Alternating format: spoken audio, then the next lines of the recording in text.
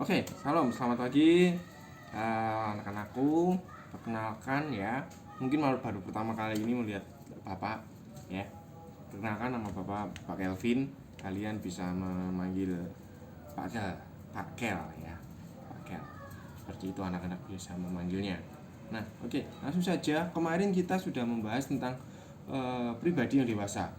Bapak sudah berikan beberapa soal ya mengenai bagaimana orang yang bertumbuh dewasa, syaratnya seperti apa ya dan lain sebagainya. Dan kalian sudah menjawabnya, Bapak sudah lihat semuanya, cukup menarik jawaban dari kalian ya. Dan kali ini kita akan masih tetap membahas tentang pertumbuhan pribadi yang dewasa. Oke.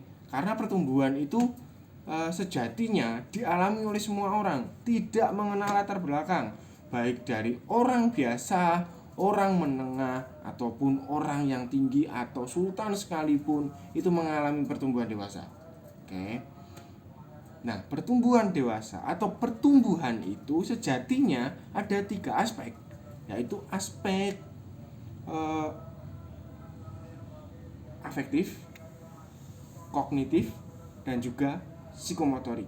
Oke. Apa itu afektif? Afektif itu adalah pertumbuhan secara sikap.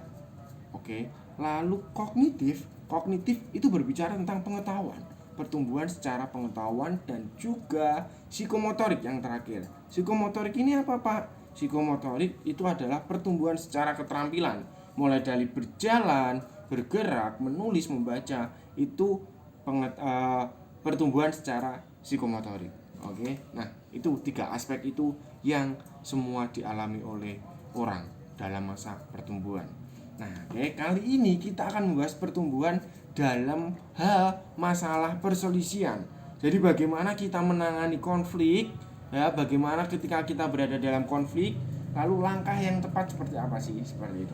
Oke, maka sebelum itu kita akan buka Alkitab kita di dalam 1 Korintus pasal yang ketiga. Ya, pasal 3 ayat 1 sampai dengan yang ke-9. Perselisihan. Dan aku, saudara-saudara, pada waktu itu tidak dapat berbicara dengan kamu seperti dengan manusia rohani, tetapi hanya dengan manusia duniawi yang belum dewasa dalam Kristus. Susulah yang kuberikan kepadamu, bukanlah makanan keras, sebab kamu belum dapat menerimanya, dan sekarang pun kamu belum dapat menerimanya, karena kamu masih manusia duniawi. Sebab jika di antara kamu ada iri hati dan perselisihan, bukankah hal itu menunjukkan bahwa kamu manusia duniawi dan bahwa kamu hidup secara manusiawi? Ayat yang keempat, karena jika yang seorang berkata, aku dari golongan Paulus, dan yang lain berkata, aku dari golongan Apolos, bukankah hal itu menunjukkan bahwa kamu manusia duniawi yang bukan rohani? Jadi apakah Apolos, apakah Paulus pelayan Tuhan yang olehnya kamu menjadi percaya, masing-masing menurut jalan yang diberikan Tuhan kepadanya. Aku menanam, Apolos menyiram, tetapi Allah yang memberi pertumbuhan. Ya, karena itu yang penting bukanlah yang menanam atau yang menyiram, melainkan Allah yang memberi pertumbuhan. Baik yang menanam maupun yang menyiram adalah sama, sesuai dengan pekerjaannya sendiri. Ayat yang ke-9, karena kami adalah kawan sekerja Allah, kamu adalah ladang Allah, bangunan Allah. Amin. Nah, dari kisah ini kita dapat melihat bahwa konflik itu tidak bisa kita hindari. Ya, apalagi konflik golongan atau konflik komunitas tertentu. Ya, itu tidak bisa kita hindari. Ya.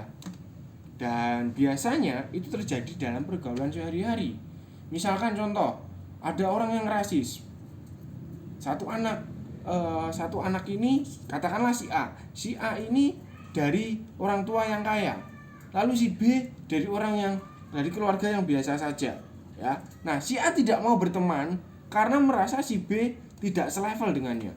Oh iya, aku nggak mau berteman sama kamu karena kamu HP-mu itu nggak bagus, motormu itu motor murahan, motor bebek, motorku itu motor laki, motor cowok. Oh, aku itu naik mobil, jadi nggak bisa bergaul dengan sama yang naik motor.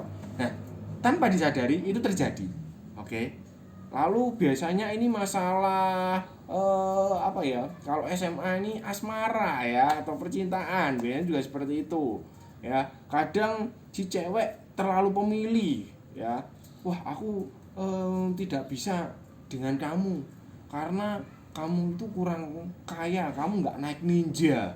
Kalau kamu naik ninja, aku baru mau sama kamu. Ya biasanya seperti itu. Demikian yang cowok. Oh, karena aku sudah naik ninja, motor yang keren, jadi kamu bukan tipikalku, bukan cewek tipikalku. Harus yang cantik, harus yang perawatan, ya kan? Harus yang ke Natasha skincare apalah itu, ya kan? Nah, itu terjadi dan tanpa disadari itu terjadi konflik loh. Ya, konflik antar golongan, antar kepentingan. Nah, sekarang yang mau Bapak tanyakan, coba kalian kerjakan di buku tulis saja ya. 3 soal. Hanya 3 soal mengenai konflik ini. Yang pertama, pernah nggak sih kalian mengalami konflik dengan orang lain? Kalau pernah, ceritakan. Bapak yakin semuanya pernah ya. Jadi ceritakan konflik itu. Bagaimana konfliknya, lalu bagaimana kalian menangani itu. Ceritakan. Itu soal nomor 1. Lalu yang kedua, dalam bertumbuh ya, dalam proses pertumbuhan, ketika kalian menghadapi konflik ya, siapa sih yang kalian tuju pertama kali? Orang tua kah? Atau berdoa kepada Tuhan? Atau kepada teman? Atau kepada siapa? Jadi soal yang kedua, kepada siapa kalian datang saat pertama kali menghadapi konflik? Dan beri alasan mengapa. Oke. Lalu yang ketiga, kasih saran untuk anak-anak sekarang atau anak-anak seusia kalian yang mungkin belum mengenal Tuhan ya, kasih saran untuk bagaimana cara menghadapi konflik saat ini. Oke, jadi 3 soal itu kalian nanti bisa kerjakan di buku atau diketik di Word, langsung upload di Google Class. Bapak akan lihat dan akan nilai. Oke. Ya, mari kita bersatu dalam doa. Bapak mengucap syukur Tuhan untuk kebaikan-Mu bahwa saat ini kami boleh berinteraksi walaupun tidak secara langsung, tapi kami percaya bahwa apa yang menjadi materi saat ini itu boleh menjadi bekal yang baru untuk anak-anak-Mu di kelas 10 ini Bapak. Biarlah Tuhan anak-anak-Mu boleh mengerti tentang konflik dan boleh mengelola tentang konflik dengan baik. Bapak, kami tahu ini terbatas Tuhan waktu kami, tapi kami yakin dan percaya bahwa Roh Kudus-Mu senantiasa membimbing anak-anak-Mu, kuasa-Mu tidak terbatas untuk membimbing anak-anak-Mu dalam kehidupan selanjutnya Bapak. Terima kasih Tuhan, kami serahkan anak-anak-Mu di kelas 10 ini dalam tangan kuasa-Mu. Hanya di dalam nama Bapa, Putra, dan Roh Kudus, dalam nama Tuhan Yesus Kristus, kami berdoa dan mengucap syukur. Amin. Oke, shalom. Bye.